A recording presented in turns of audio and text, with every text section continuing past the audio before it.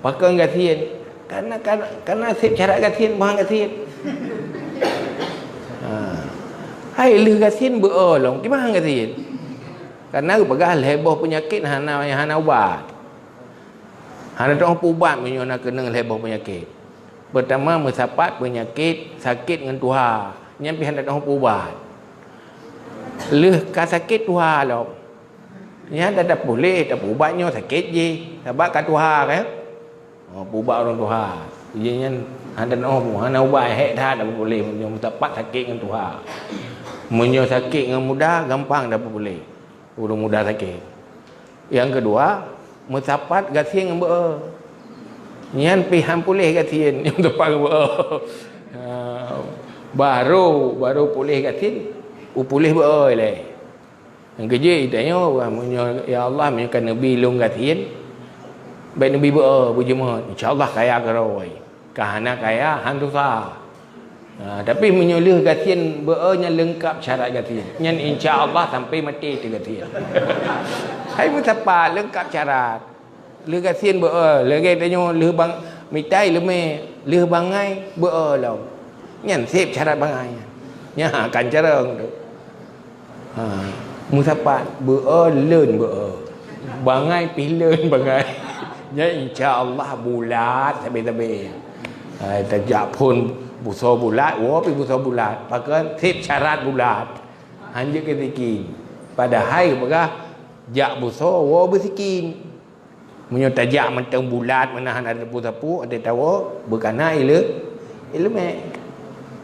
maka dalam doa ba Allah ya Allah kan nabi long trip jeut benabi jemaat mentang insyaallah akan tantut jeut hai na urang je cara legai ma phai ka jeut itanya lep lo ke man ka tantut thi jeut nhớ kan iya phai lega ka jeut itanya lep lo tantut jeut tu dah ôi gì dua thôn đi bướt lẻ thôn đi bướt cá dướiแต่มาที่น้ำthôn đó thành tước thì yang penting kan thành tước thì đó malah munyo kita nyo Jumat berkat yang duduk Nabi la Allah lebih bagah je ladum na putus asa ba ber iro gimana ku beu nyo hitam je tinggal kampung je tak tu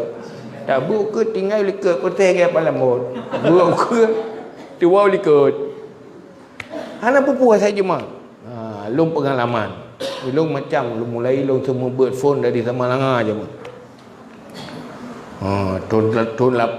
ton kadari pol long semua buat kita ton 80 buat tumbut macam model murid macam model nah yang cara nah yang bangai nah yang batat nah yang tiai wow kampung macam-macam modelnya. Tetapi long yang sukses lo rempuk madu yang sukses kan cuma cara syarat dia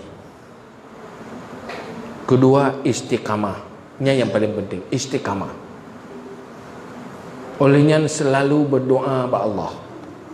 istiqamah berdoa terus menerus